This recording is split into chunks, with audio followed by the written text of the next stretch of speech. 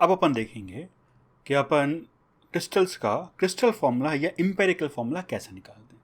इसका मतलब क्या होगा एम्पेरिकल फॉर्मूला? जैसे अपन ने पढ़ा होगा NaCl, है ना, CaCl2, ये जो फॉर्मूले हैं किस तरीके से आते हैं, अपन क्यों बोल रहे हैं CaCl2, NaCl, MgCl2, AlCl3, समझ में आ रहा है? सो अपन को वो एम्पेरिकल फॉर्मूला देखना है कि कैसे निकालते हैं।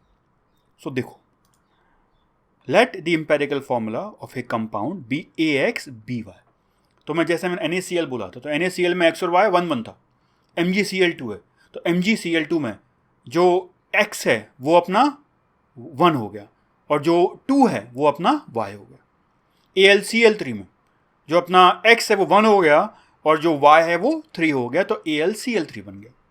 तो x और y कैसे निकालते हैं वो अपन को देखना है। समझ में आ रहा है? So let the empirical formula of a compound be AX/BY। मैंने जनरल फॉर्मूला लिख दिया है AX/BY। तो कैसे निकालते हैं? देखो, A एंड BY तो अपने एलिमेंट्स हो गए, ठीक है। जो x और y है वो एम्पेरिकल रेशियो हो गया। किस रेशियो में एटम्स प्रेजेंट हैं? NaCl का मतलब होता है जितने तुम्हें Na+ मिलेंगे उतने ही तुम्हें Cl- मिलेंगे क्रिस्टल के अंदर। जब मैं MgCl2 बोलता हूं उसका मतलब होता है जितने तुम्हें Mg2+ मिलेगा उसका डबल तुम्हें Cl- मिलेगा क्रिस्टल के अंदर। फिर मैं बोलता हूं AlCl3, उसका मतलब हो गया जितने तुम्हें Al मिलेंगे क्रिस्टल में उसके ट्रिपल तुम्हें Cl- मिलेंगे। तो अपन को दिख रहा है कैसे निकालेंगे ये?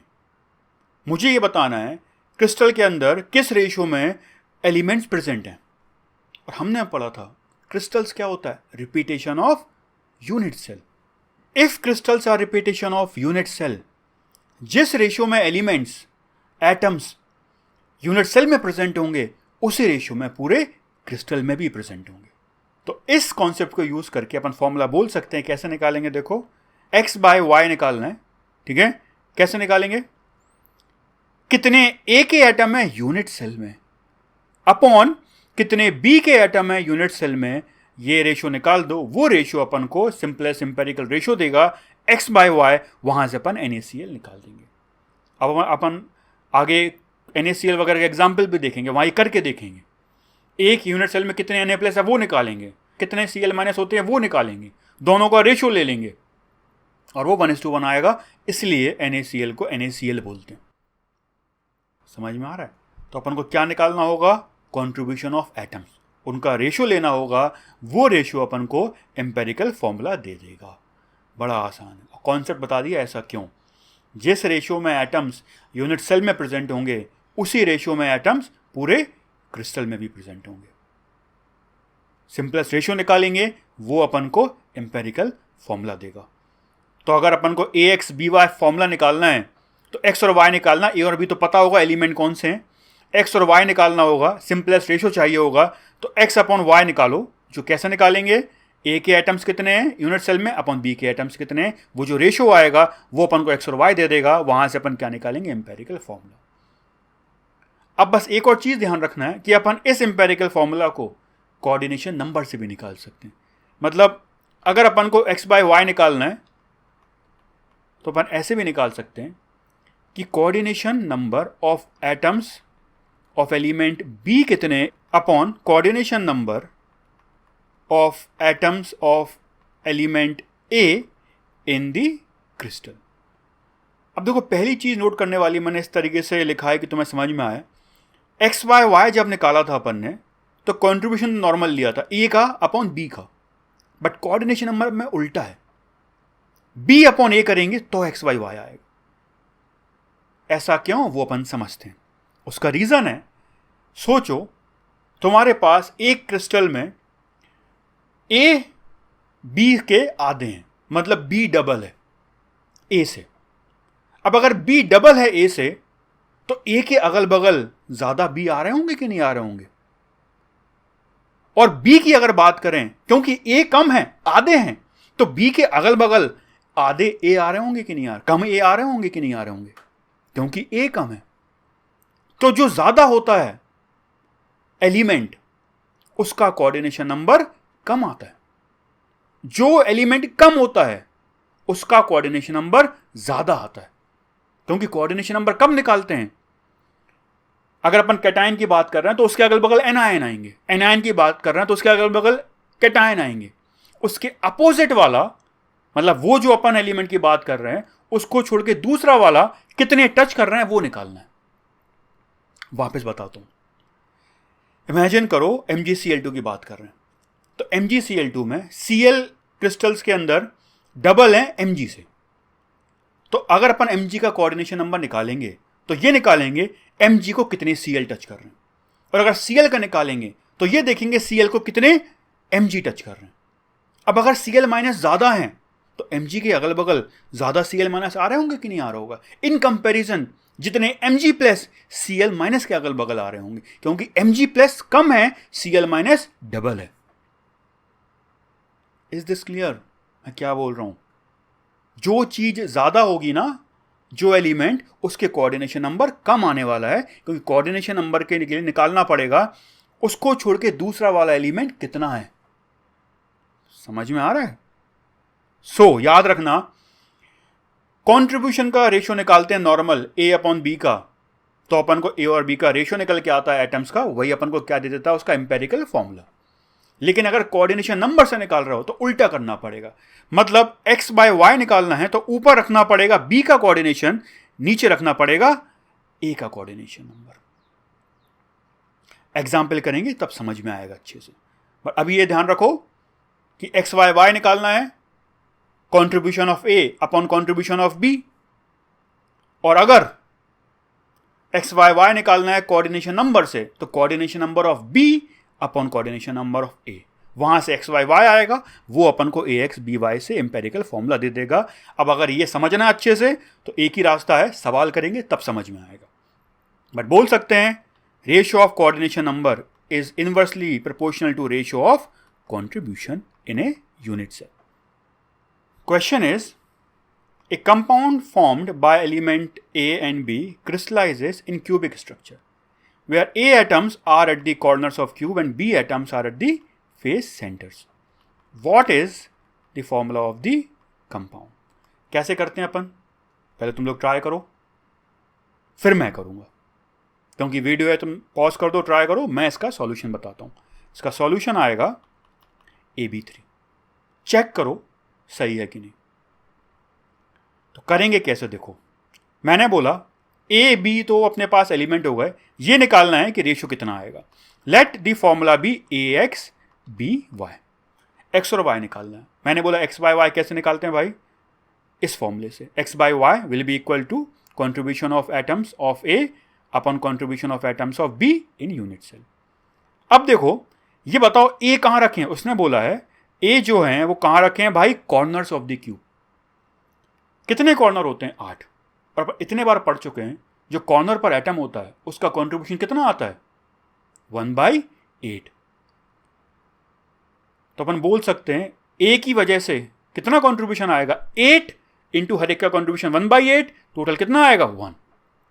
फिर B कहाँ रखे हैं भाई, फेस सेंटर पे। क्यूब के कितने फेस होते हैं, 6। हमने पढ़ा था फेस सेंटर पे जो एटम होता है उसका कितना कंट्रीब्यूशन आता है, आधा, आधा दूसरे वाले में होता है। तो 6 है ऐसे, हर एक का आधा कंट्रीब्यूशन, 6 इंटू 1/2 3। तो देखो कैसे, x/y will be equal to 8 into 1/8। क्यों, ये 8 कॉर्नर, हर एक का कंट्रीब्यूशन 1/8, 6 फेस सेंटर के एटम, हर एक का कंट्रीब्यूशन हाफ, तो 3 आ गया, 1/3 आ गया, x/y 1/3 है, फॉर्मूला आ गया A1B3। दैट्स इट, इतना सिंपल है, ऐसे करते हैं, बिल्कुल टफ नहीं है। सॉलिड स्टेट के सवाल जब एग्जाम्स में दिखते हैं, चाहे वो IIT का हो चाहे किसी का, सबसे पहले लोग करते हैं, पता होगा कि वो हो जाएगा, बहुत आसान है। एक बार अगर तुमने सारे क्रिस्टल के जो स्ट्रक्चर हैं वो समझ लिए, सवाल करने में कभी दिक्कत नहीं आती। अगला सवाल करेंगे, next question. In A crystal of an ionic compound the anion B forms CCP, cubic close packing. कौन बनाता है, anion B। And cations A occupy half of the tetrahedral void. What is the formula of the compound? कैसे करेंगे भाई, करो try. The answer is AB। देखते हैं कितने लोगों का सही आया। तो अपन क्या करते हैं, कंट्रीब्यूशन ऑफ एनायन B निकालते हैं, कितना आएगा, कहाँ है B, CCP लैटिस बना रहा है, मतलब कहाँ कहाँ होंगे, कॉर्नर्स ऑफ द क्यूब होंगे और फेस सेंटर पे भी होंगे। तो हमने पढ़ा था भाई, कॉर्नर वालों का 8 into 1/8 contribution plus face centre वाले 6, 1/2 कॉन्ट्रीब्यूशन, टोटल कितने हो गए 4। अब निकालते हैं जो दूसरे एटम है ए एटम कहाँ है, contribution of atom A, cation है जो, इन ए यूनिट सेल कितना होगा। अब कितने वॉइड थे वो बोल रहा है आधे टी वॉइड भरे हुए। अब ये पता होना चाहिए सीसीपी में कितने टेट्राहेड्रल वॉइड होते हैं, हमने पढ़ा था सीसीपी में कितने टी वॉइड थे, चेक करो 8 थे, 8। अब वो बोल रहा है उसमें आधे भरे हुए हैं, तो कितने हो गए 4। समझ में आ रहा है। There are 8 T void in CCP unit cell but only half are filled. अपन बोल सकते हैं 8 इंटू हाफ कितना हो गया 4। तो 4 अपने पास ए के एटम है यूनिट सेल में, 4 अपने पास बी के एटम है, रेशियो कितना हो गया 1:1, खत्म, फॉर्मूला आ गया। So the formula is x/y 4/4 1:1, formula is AB। इतना आसान है, ऐसे करना होता है। मतलब जो कुछ पढ़ा अगर वो समझ में आ गया है और जो कुछ मैंने बोला है याद रखना है वो याद रखा है तो सारे सवाल कर पाएंगे, इतना आसान था। अगला question, next question, in a lattice calcium ion has coordination number 8 and fluoride ion has coordination number 4। तो कैल्शियम आयन का कोऑर्डिनेशन नंबर 8 है, फ्लोराइड आयन का कोऑर्डिनेशन नंबर 4 है। Find the formula of the compound, करो try. The answer is CaF2। वैसे बाकी सब logic लगा के भी निकाल सकते हो, बट अगर मैं ये नहीं बोलता कि ये Ca है और ये फ्लोराइड है, इसको A बोल देता, इसको B बोल देता, तो फिर थोड़ी बोल पाते डायरेक्ट। अब ये मैंने कैसे बोल दिया है, चार्ज न्यूट्रल होगा भाई CaF2। बट यहाँ पर अपन को जो बताया है मैंने उस तरीके से करना था, ठीक है, क्योंकि अगर मैं इसको A बोल दिया B बोल दिया तो मैं चार्ज पता नहीं पड़ेगा, फिर थोड़ी कर पाओगे डायरेक्ट चार्ज से। एनीवेज, तो कैसे करेंगे, यहाँ मैंने कोऑर्डिनेशन नंबर पे सवाल दिया है, कैसे करेंगे देखो। Let the formula of the compound be CaXFY। अपन को नहीं पता x और y कितना है, x और y निकालना है तो x/y निकालना है। कैसे निकालेंगे, कोऑर्डिनेशन नंबर के फॉर्मूले से। बट जो x है यहाँ ऊपर क्या आएगा, कोऑर्डिनेशन नंबर फ्लोरीन का, और यहाँ जो y है यहाँ किसका कोऑर्डिनेशन नंबर आएगा, कैल्शियम का। उल्टा होता है, याद है, अभी बताया था मैंने। तो coordination number of atoms of element F ऊपर आएगा upon coordination number of atoms of element Ca in crystal. उल्टा होता है, बस इतना याद रखना है, फिर तो हो गया, वैल्यू रखो, आंसर आ गया। ये कितना आ गया भाई, x/y will be equal to 4/8, क्योंकि F का बोला है कोऑर्डिनेशन नंबर 4 है और Ca का कोऑर्डिनेशन नंबर 8 है। 1/2 आ गया, तो x/y 1/2 है, तो फॉर्मूला क्या हो गया, CaF2। ऐसे करना है। अगला question, next question, an alloy of copper, silver and gold is found to have CCP lattice. ठीक है, if silver atom occupy the edge centres and gold is present at the body centre. सब पढ़ा अपन, H centre क्या होता है, body centre क्या होता है। Determine the formula of the alloy. Cu form CCP lattice, मैं बता दिया। ये क्यों बता दिया, अब मैंने बोला नहीं कॉपर क्या कर रहा है, अब भाई लैटिस किसी से तो बनेगी, कुछ नहीं बोला तो कौन बनाएगा, वो जो बचा हुआ है कॉपर। बट मैंने बता दिया क्योंकि यहाँ पर अपना काम है सीखना, बट एग्जाम की जरूरत नहीं पड़नी चाहिए थी बताने की, क्योंकि अपने बोला CCP लैटिस बन रहा है और बताया नहीं कौन सा, और एक एलिमेंट बचा है तो वो CCP बना रहा होगा, क्योंकि अपन ने बता दिया है सिल्वर कहाँ है और गोल्ड कहाँ है। एनीवेज करो ट्राई, कर लिए ट्राई, तो आंसर इज Cu4Ag3Au। क्यों, देखो करते हैं।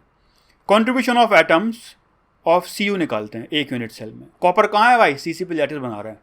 CCP लैटिस कैसे बनता है, 8 कॉर्नर पर 6 फेस पर, कॉर्नर वाले का कॉन्ट्रीब्यूशन 1/8, फेस वाले का कॉन्ट्रीब्यूशन 1/2 आ गया, 8 इंटू 1/8 प्लस 6 इंटू 1/2 4। अब निकालते हैं कॉन्ट्रीब्यूशन किसका, सिल्वर का।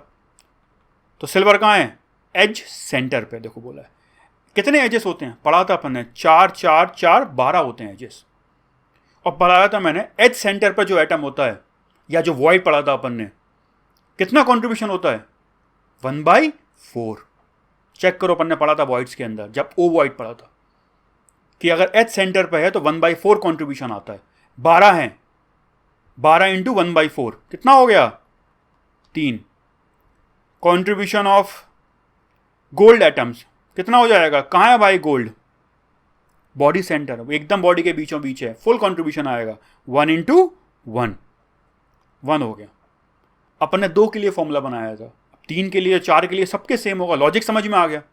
सिंपलेस्ट रेशियो निकालना है, समझ में आ रहा है, एलिमेंट्स का इन ए यूनिट सेल। तो इसमें कितना आ गया भाई? 4:3:1। तो ratio of contribution of elements कितना आ गया? 4:3:1। तो फॉर्मूला कितना हो गया? Cu4Ag3Au। इस तरीके से करना होता है। तो ये अपन ने कर लिया कि इंपेरिकल फॉर्मूला ऑफ क्रिस्टल्स कैसे निकालते हैं, इस तरीके से निकालते हैं। अब अपन आगे बढ़ते हैं।